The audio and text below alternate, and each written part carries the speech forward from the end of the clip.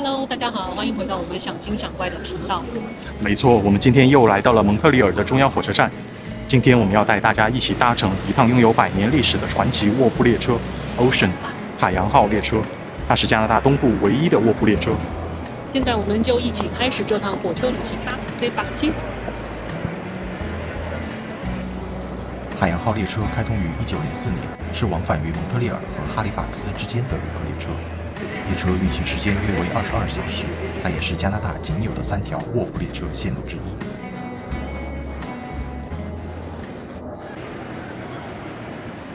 在登车之前，让我们先去看看它的商务候车厅是什么模样吧。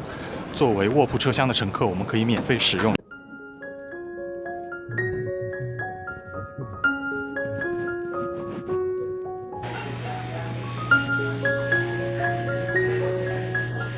海洋号的卧铺车票包括了餐食，一共有3顿，1顿晚餐、1顿早餐和1顿午餐。用餐实行的是预约制，刚休息没多久，我们就开始排队预约第1顿晚餐的用餐时间。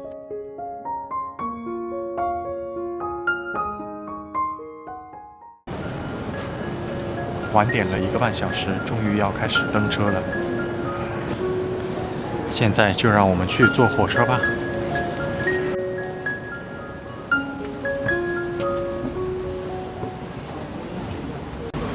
我们今天是38号车厢的第3个小房间，是一个2人间的小房间。除2人间的卧铺车厢外，海洋号还有普通座位车厢可供选择。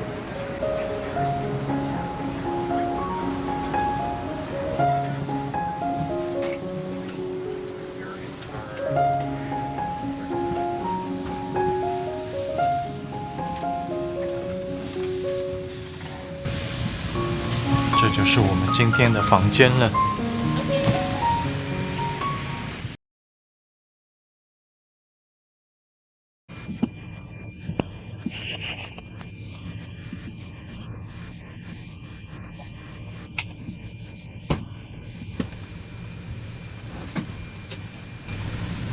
在晚点了1个半小时之后，现在火车终于启动了。现在就让我们来做一个小小的 room tour 吧。这就是我们的房间。现在下面的这一层是2个座位，到了睡觉的时候可以把这个翻过来变成一张床，然后它是上下铺的形式。这就是上层的那张床，现在还没有摊开。门旁边，这就是我们这一节车厢的示意图和一些注意事项。然后往下是一些按钮，紧急呼救按钮、灯光按钮、温度调节按钮。这就是我们这个小房间里赠送的一些东西，有2瓶水、1个杯子，然后1个提示牌。然后你想换床、你想铺床或者有其他需求的时候，就把它挂在门外。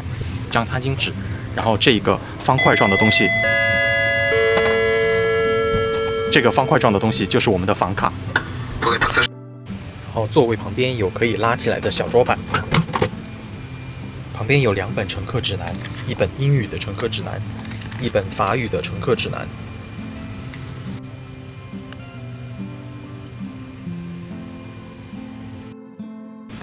这边有一个小的储物空间，里面有2个衣架，然后旁边就是纸巾和一个小小的垃圾箱。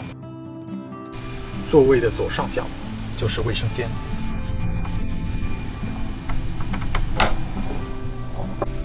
这就是卫生间了，大概1到2平方米的空间吧。然后这里有洗澡的浴巾，这里是洗澡的喷头。然后这边这个镜子后面也是暗藏机关，打开之后里面放了一坨卫生纸，下面也可以打开。然后这里有2个充电插头。然后这边是一个小的台盆，台盆下面是卫生纸、紧急呼叫按钮和一个小的垃圾篓。然后再进来就是洗澡喷头的开关，还有2袋不知道什么东西，待会儿打开来看一下。我们看看这个洗漱包里面都有些什么小宝贝。这里有一个胶带封了口，说明里面的东西是全新的。暴力一下，哈哈。OK， 就是一个浴巾啊，没有别的，一块大浴巾。哦，还有，等一下，哦，还有洗漱用品，香皂和洗发液。我们现在就打算去吃晚餐了。餐车离我们这一节车厢有4节车厢的距离吧。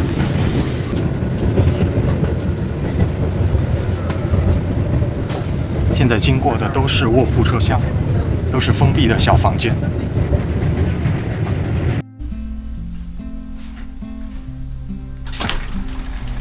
来到了有无线网络的这节车厢。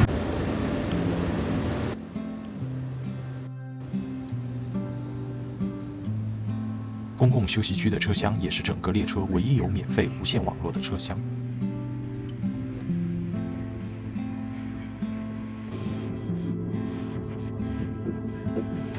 这就是餐车。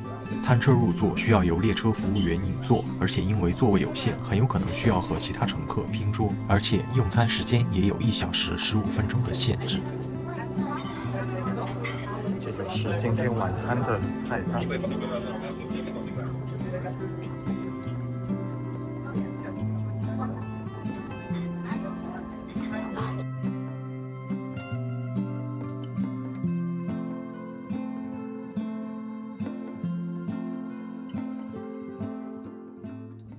现在是晚上9点45分，我们刚刚吃完晚餐。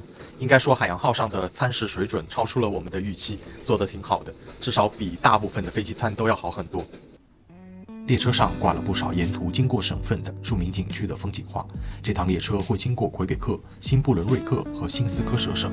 海洋号所行驶的铁路线最初的名称是 Intercolonial Railway 殖民地铁路。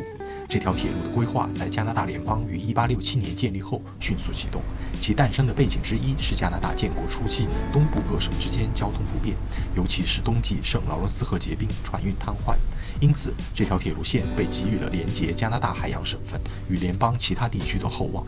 1876年7月1日，在加拿大联邦成立9周年之际，殖民地铁路开通，但海洋号长途客运列车的开通则要等到28年之后的1904年。我们现在就打算洗漱休息了，所以现在要把这个请铺床的告示牌挂到外面的门把手。这个告示牌也是多语标识，除英语外还有德语、西语和日语。Por favor, limpiar la habitación. Heaos good de kudasai。有日语这一点确实比较惊喜，看来有不少日本的铁道迷专程过来体验这趟列车。应该是列车员来敲门了。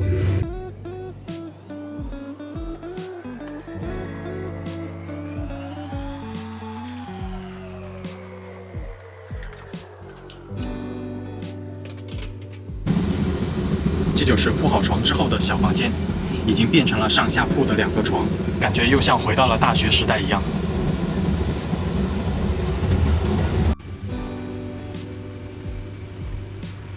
今天就到这里了，大家晚安。我们马上要关灯睡觉了。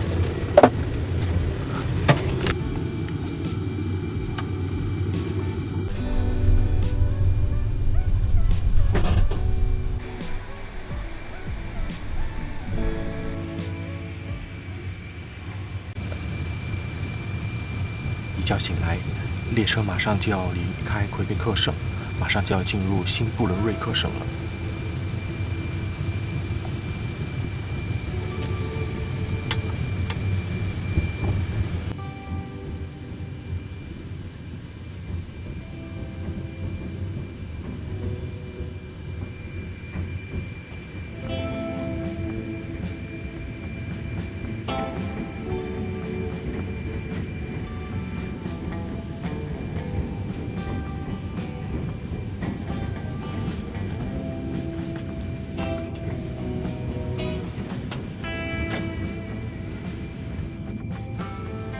这就是魁北克省和新布伦瑞克省的省界。过了这条河，我们就进入新布伦瑞克省。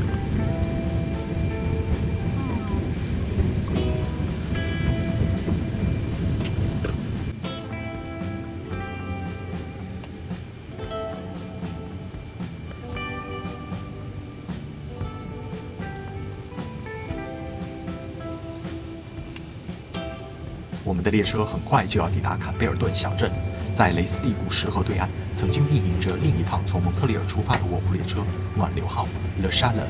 它和海洋号在很长一段路上共用同一段铁轨，直到我们刚刚经过的马塔佩迪亚小镇才分道扬镳，一趟继续驶向大西洋，另一趟则奔向魁北克的加斯佩半岛尽头。因为加斯佩半岛风景秀丽，暖流号 Le Chaleur 也被很多铁道迷称为加拿大最美的沿海列车。可惜的是，由于铁道基础设施老化，这趟列车在2013年停运。不过，好消息是，暖流号预计将在2026年重新上线运营。我们非常期待能有机会之后去体验这趟加东传奇列车。这个 New Brunswick 我们的时钟也往前调了1个小时，一下子就变成了8点41，我们得赶紧去餐车吃早餐了。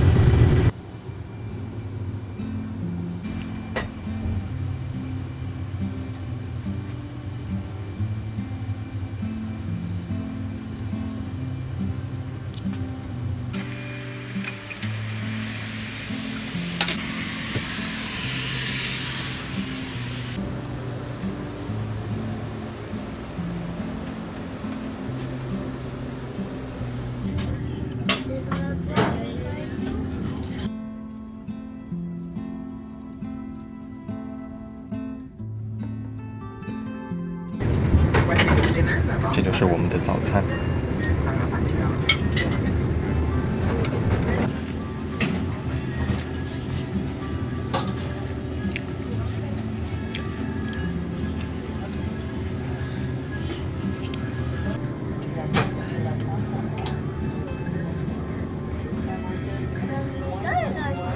吃早餐的时候，顺便服务人员还过来预定了中午的用餐时间。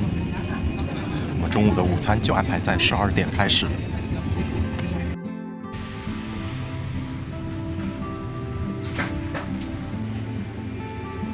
我们这次出行还带了2个小旅伴，就是这2个来自乌克兰的手工毛线玩偶。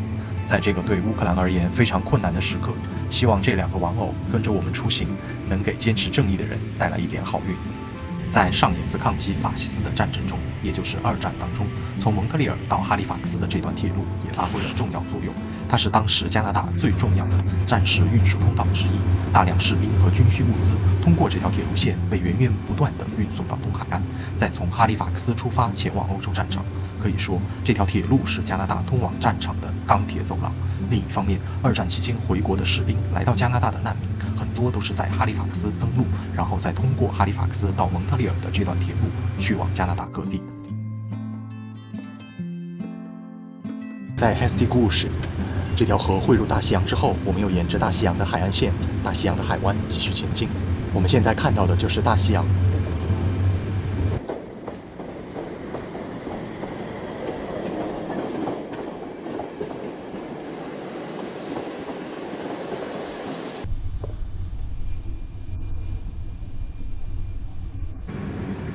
离开巴瑟斯特后，列车一路向南，逐渐远离海岸线，向着哈利法克斯的方向继续前进。我们的旅程也已经完成了大约2/3。Ceci sera le premier appel pour le service du lunch à la voiture restaurant. Si vous avez une réservation pour le service de midi, s'il vous plaît, rendez-vous à la voiture restaurant. Merci et bon appétit. 因为我们听到广播就赶紧过来了，所以现在餐车还没有什么人。这就是海洋号列车上的餐车。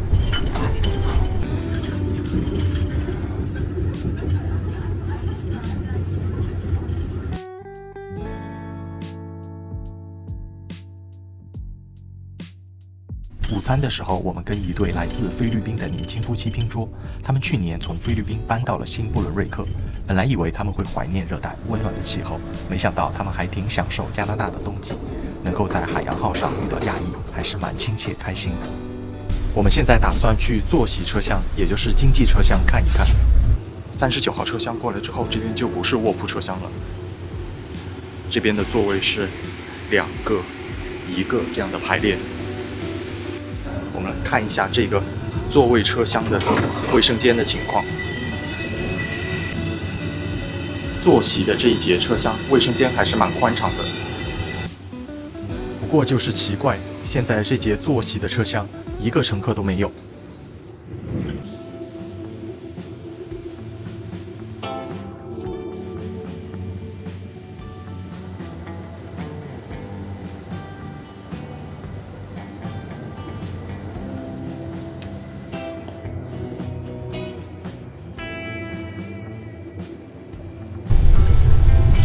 马上就快到哈利法克斯了，已经经过了快24个小时的旅程，我们已经准备好下车。最后再看一眼这个陪伴了我们1天1夜的小房间。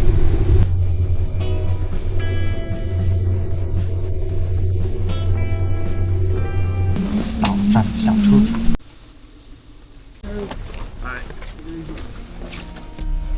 不知道大家觉得这趟已经运营了121年的卧铺列车怎么样呢？请在评论区告诉我们吧。虽然海洋号现在没有全玻璃的透明观景车厢，但是我们还是非常享受这趟旅程。明天我们就要暴走哈利法克斯啦。